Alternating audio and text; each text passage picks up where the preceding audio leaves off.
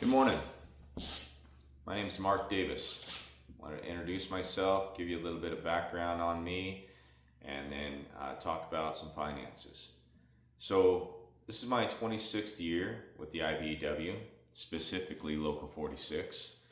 I went through the wire apprenticeship here, and I've been in every position in the field, and then most recently worked as a representative for Local 46. I want to talk about finances today and some of the issues that we are facing here.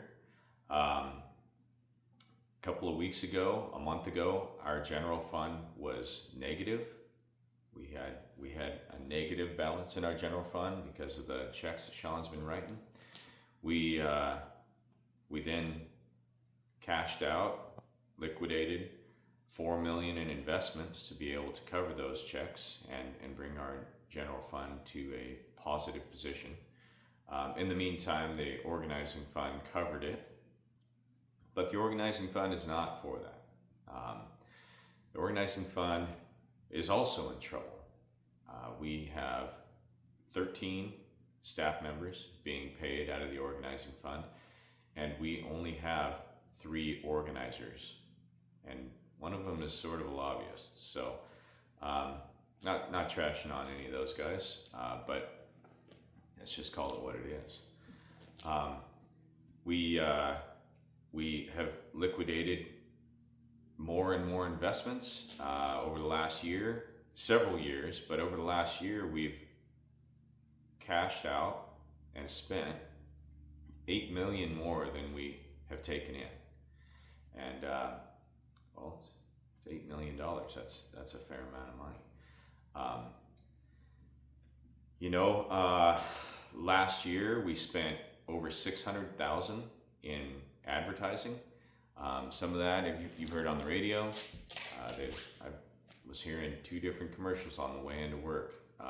In that hour drive to work. So I don't know how any of you feel about it, but we teach a comment class about negotiations and how to treat your fellow union member, and that in that comment class we talk about the top 10 issues with negotiation and pieces of leverage, and public support is always last.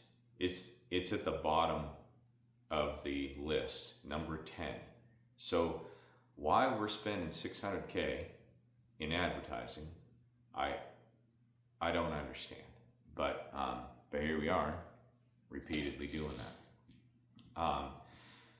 Something else, we spent thousands of dollars on our Fair Contract Now shirts just for the wire negotiations. You probably saw those, red with the Space Needle on it. We bought hundreds of those shirts, and there's still hundreds of them down at the hall. There's boxes of them, and a bunch of them went to Goodwill. We had them in Silverdale. We've got them, a pile of them there in Kent, and it's so wasteful and just a ridiculous looking shirt to begin with. If you talk to our bookkeeper, if we keep spending money the way we are, we will be insolvent by June. We probably won't be able to make payroll by May. So that's based off the number of representatives that we have at the hall right now. And whether you like the last administration or not, I personally didn't know them, but this work was all being done with 14 representatives, and now we have close to, between 23 and 27, depending on the way you count it, and then a whole bunch of local aid staff also, which are the administrative side, and frankly we can't do with many less of the administrative side. They are the day-to-day workings of our local, and I thank them for what they do. Most recently we had a blitz. See, the blitz is where locals around the 9th District send organizers to us, and we send organizers organizers of them, and they happen over the summer, and we go door knock. We had ours here recently, and instead of having our blitz where we all meet for 45 minutes and then go out and door knock, instead of having it at the hall, Sean forced us to rent a room at the DoubleTree. Why, I don't understand. He kept saying that we didn't have the space and that scheduling, but it's not true. And we had space to move, and we had the ability to make it happen at our hall. But instead, we spent $15,000 at the DoubleTree, and which consisted of $80 box lunches. We had the parking. Some of the members were paying between $40 and $60 in parking before they were being comped for it. But we still paid for the parking. It was just poor management of our funds at 46. We Sean, he has a budget meeting that says goes through some of the finances, but there's not much context. They're just line items, and it's a PowerPoint presentation, and it's held at 5 p.m. in March on a Friday, and more staff are there than members.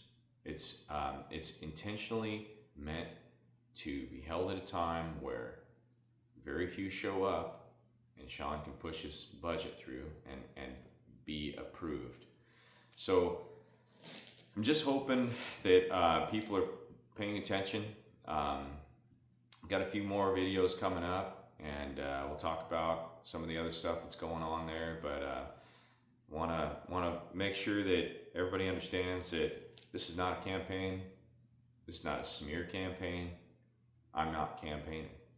I'm just trying to get some of the information out that is it's going around at the hall, and a lot of the reps know it. And but if you speak up, you won't be around.